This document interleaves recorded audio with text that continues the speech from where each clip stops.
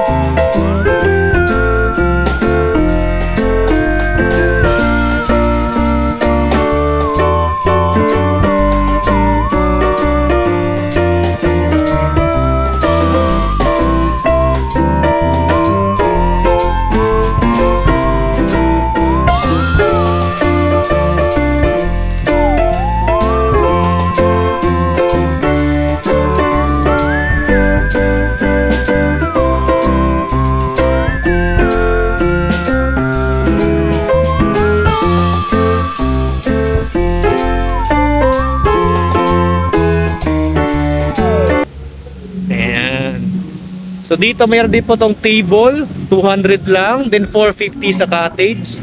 At ito po yung dagat. Ayan, yan po yun. So pwede rin po maligo dyan sa dagat kung maganda yung dagat. Medyo mahangin lang po. Ayan, doon po yung papuntang San Ricardo. Doon po yung barangay namin sa Kaligangan, Pandan, Stila, Gintoylan. Shoutout lalo po dito sa Candayuman.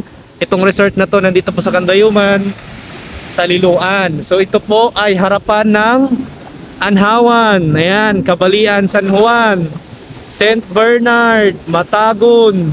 Syempre nandun din po yung doon sa Hinunangan, Hinundayan, papuntang Silago. Ayan, shoutout po sa inyo dyan. Ayan, syempre doon sa Liloan, shoutout po. At doon po sa San Francisco, Pintuyan, yung Panaon. So itong resort na to mga sipag, ito po yung dito sa Panaon, dito sa Southern Leyte, dito sa Liloan po. Yan, ito po yung Candayuman. Ang ganda po siya, no? Simple lang, hindi ganong kamahalan. So 60, 70 yung entrance niya. Yan. Yan po yung cottage. At syempre nandito po yung kasamahan ko, yung classmate ko.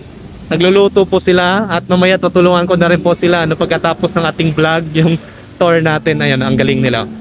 Magkano yung table dito? Ha? Table.